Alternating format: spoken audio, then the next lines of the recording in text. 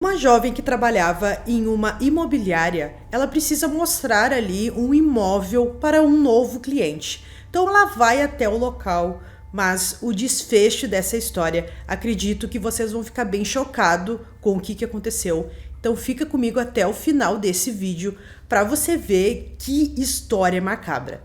Fala pessoal, Carol na área, trazendo mais um vídeo aqui no canal. Todas as semanas eu trago esse tipo de conteúdo aqui para vocês. Casos criminais resolvidos, aqueles que ainda são um mistério. Então se você gosta, já se inscreve aqui no canal, deixa um like nesse vídeo, deixa um comentário. Não esquece de ativar o sininho de notificações e bora pro vídeo.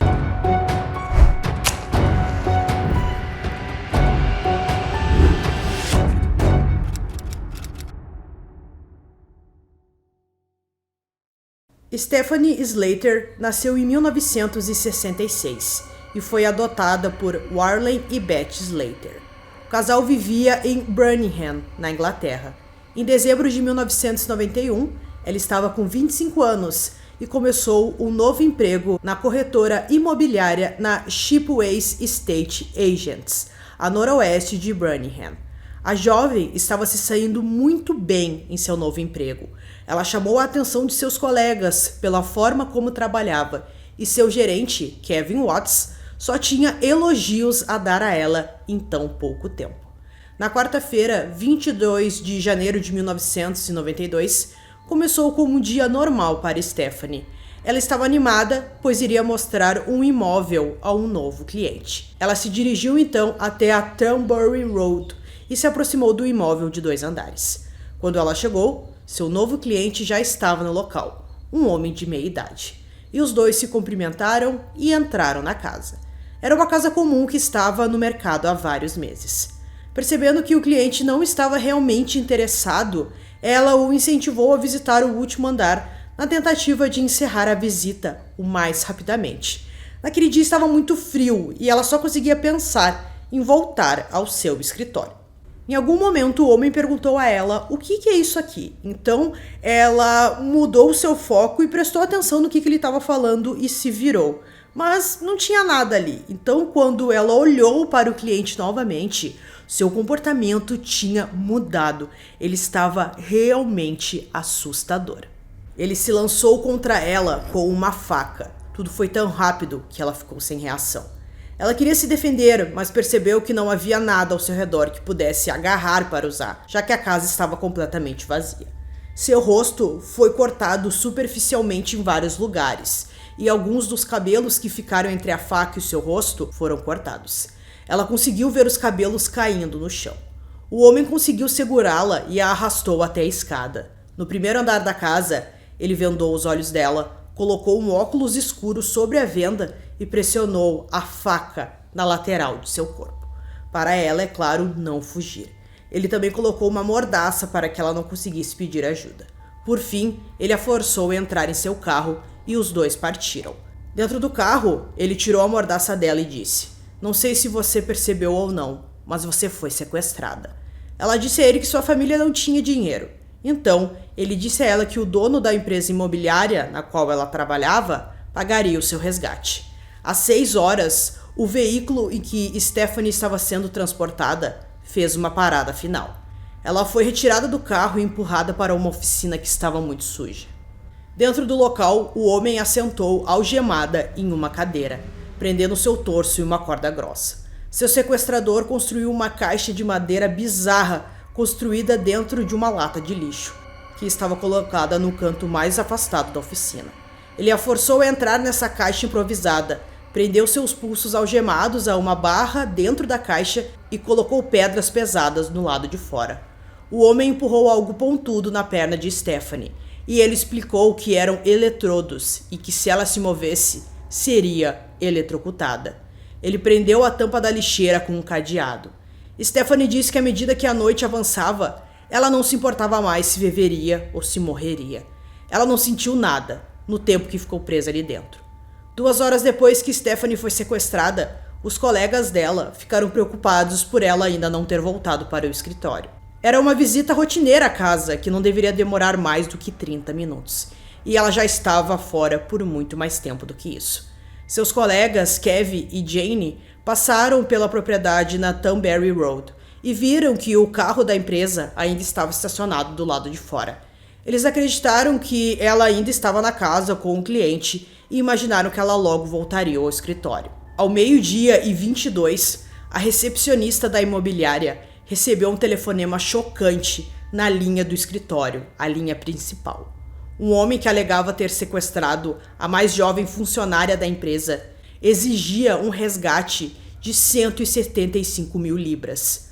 O homem disse para ela esperar um pacote com uma carta de resgate que teriam ali mais instruções e que essa caixa com essa carta chegaria muito em breve.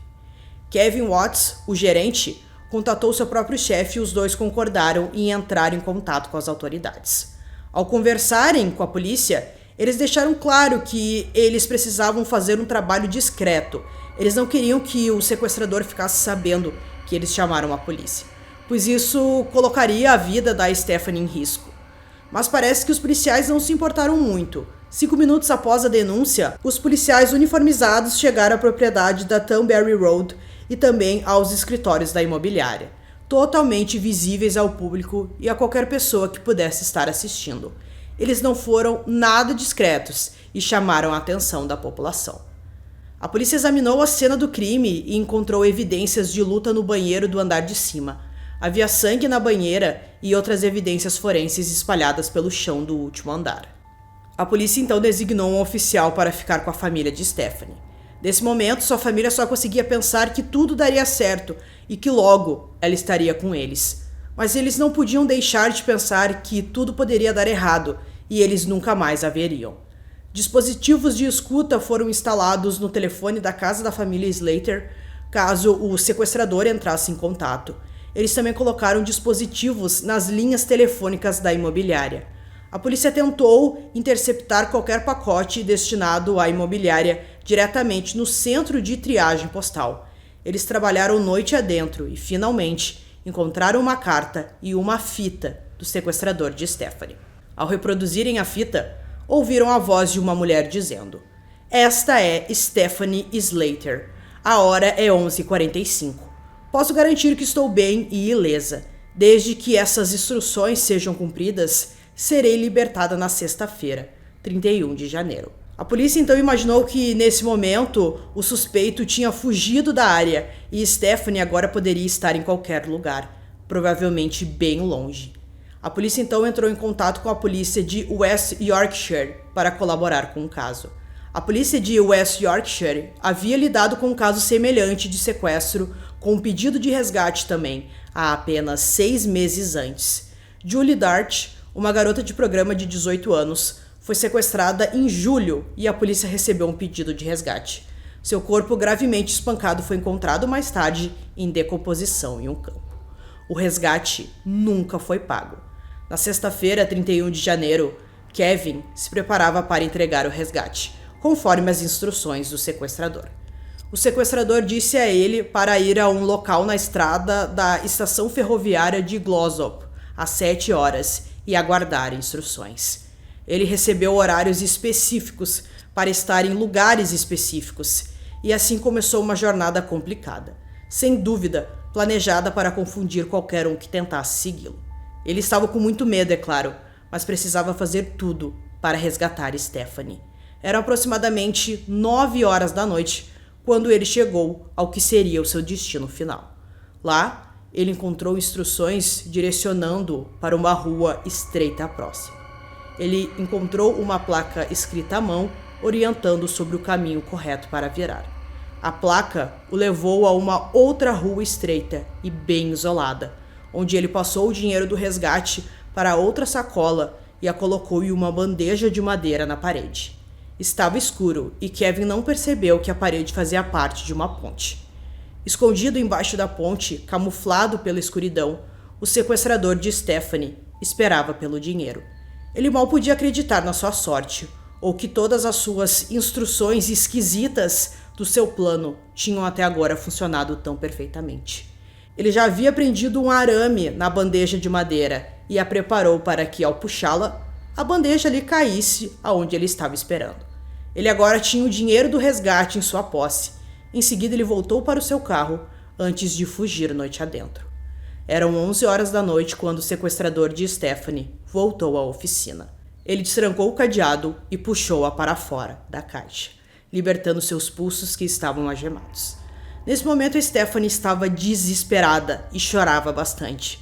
Ao sair da caixa, ela caiu nos braços de seu sequestrador.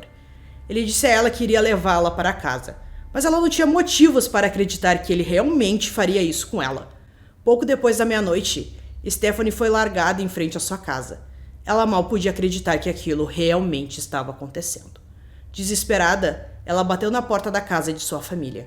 Quem atendeu foi o policial que estava com eles. De início, ele até não a reconheceu, mas seus pais a abraçaram e quase não acreditaram que aquilo estava acontecendo. A jovem ficou 9 dias trancada em uma caixa. Agora a polícia precisava achar quem tinha feito isso com ela. A polícia lançou uma caçada nacional ao seu sequestrador. 3 semanas após a libertação de Stephanie, a polícia recorreu a testemunhas do programa Crime Watch. Eles reproduziram a gravação de um áudio do sequestrador e perguntaram ao público se alguém conseguia reconhecer aquela voz. Uma mulher, Susan Oakes, ligou, identificando a voz como sendo de seu marido, Michael Sams. Quando chegaram à sua oficina em Newark, Michael Sams imediatamente confessou o sequestro de Stephanie. Ele foi preso e acusado do sequestro de Stephanie e do assassinato de Julie Dart.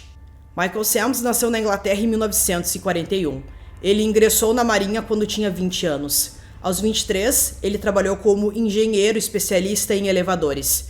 Eventualmente treinado para se tornar um engenheiro especialista em aquecimento central, onde trabalhou até a sua prisão em 1976, por roubo de carro e por fazer uma falsa reclamação de seguro. Um pouco tempo depois, ele se casou com uma mulher chamada Susan e tiveram 2 filhos. O casamento terminou nos meses que antecederam sua prisão em 76 e eles se divorciaram logo em seguida. Enquanto cumpria a pena de prisão por roubo de carro, Michael teve câncer e foi aconselhado pelos médicos a amputar uma de suas pernas para salvar a sua vida. Com isso, ele precisou usar uma perna protética pelo resto de sua vida. Ele se casou mais 2 vezes e, em 1992, morava em Sutton Treat com sua 3ª esposa Tina. Sua oficina estava localizada a 11 quilômetros de distância. Então, o julgamento dele ocorreu em 1993. Michael admitiu o sequestro de Stephanie, mas a princípio ele disse que não tinha nada a ver com a morte de Julie Dart. Apesar disso, ele foi considerado culpado de todas as acusações, incluindo uma sentença de prisão perpétua pelo sequestro e assassinato de Julie e pelo sequestro de Stephanie. Michael Sams também foi considerado culpado de 4 acusações de chantagem à polícia. No total, ele recebeu 4 sentenças de prisão perpétua. A polícia iniciou uma operação para localizar então aquele dinheiro do resgate que ele recebeu. Usando um radar de penetração no solo, eles encontraram uma sacola contendo 150 mil libras. O dinheiro restante ali nunca foi encontrado. Michael Sams permanece na prisão até hoje. Sua liberdade condicional foi negada em abril de 2023 e ele é um dos prisioneiros mais antigos da Inglaterra. Para nós entendermos melhor a história da Julie, ela nasceu em 1º de março de 1973 e cresceu na cidade de Leeds, no norte da Inglaterra. Na terça-feira, 9 de julho de 1991, Julie estava em Shepperton quando foi abordada por Michael Sams. Após a sua condenação pelo sequestro da Stephanie, ele finalmente fez uma confissão completa do que aconteceu com a Julie quando ele já estava na prisão. Segundo ele parou o carro do lado dela. Ela contou que aquele era o primeiro dia que ela estava na rua e ele já obrigou ela a entrar em seu carro, levou ela até a oficina, a trancou naquela caixa da mesma forma como foi a Stephanie e pediu ali mais de 100 mil libras em resgate para sua família. A polícia ficou sabendo disso também, mas eles não fizeram nada, não tinha ninguém ali para pagar o dinheiro do resgate, como foi no caso da Stephanie. Então, depois de uns 10 dias, o corpo dela foi encontrado em uma floresta já em decomposição. Então, ele agiu da mesma forma como ele agiu em seguida com a Stephanie, só que dessa vez ele foi preso. Além dos sequestros violentos de Julie e Stephanie, Sams também tentou extorquir 200 mil libras da British Rail, uma empresa de transporte ferroviário. Ele escreveu cartas exigindo dinheiro, caso contrário, ele iria danificar os trens. Ele abandonou esses esquemas de extorsão para se concentrar no sequestro de Stephanie no início de 92. Na época do sequestro de Stephanie, Michael tinha 49 anos. Infelizmente, Stephanie não conseguiu retornar ao cargo de corretora imobiliária devido ao trauma que sofreu. Ela se mudou e no novo local abriu uma loja de presentes. Em uma entrevista em 2011, ela contou como sua vida mudou completamente após isso que ela passou. Ela disse: "Antes disso acontecer, eu tinha um namorado, um emprego e um carro. Eu tinha muitos amigos e uma vida ótima, mas ele pegou tudo e destruiu os próximos anos da minha vida. Mas agora estou pronta para recomeçar. A maioria das pessoas começa a vida aos 20, 30 anos, mas esses anos da minha vida foram destruídos." Ela começou a trabalhar com a polícia e tornou-se defensora das vítimas. Ela treinou a polícia para eles aprenderem a tratar e interagir com os sobreviventes e deu palestras sobre sua experiência. Infelizmente, Stephanie morreu de câncer em agosto de 2017. Ela tinha apenas 50 anos. Então, pessoal, concluindo esse caso aqui para vocês, mais um caso onde a vítima sobreviveu. Gosto de trazer esse tipo de conteúdo para vocês. É interessante a gente ver que a maioria das vítimas, claro, ficam com traumas, mas consegue um pouco ali mudar a sua vida, voltar, digamos assim, como era. Mas a gente viu que foi um caso bem complicado, ela passou por muitos problemas, não conseguiu voltar para a sua profissão. É realmente chocante tudo isso que aconteceu com ela, mas felizmente tudo foi descoberto, a polícia conseguiu ali encontrar o responsável por aquilo, graças à testemunha também, a ex-esposa dele. Então é um caso chocante, mas que felizmente foi resolvido. Então eu espero que vocês tenham gostado desse vídeo. Esse foi mais um vídeo aqui no canal Durmam Bem e até o próximo.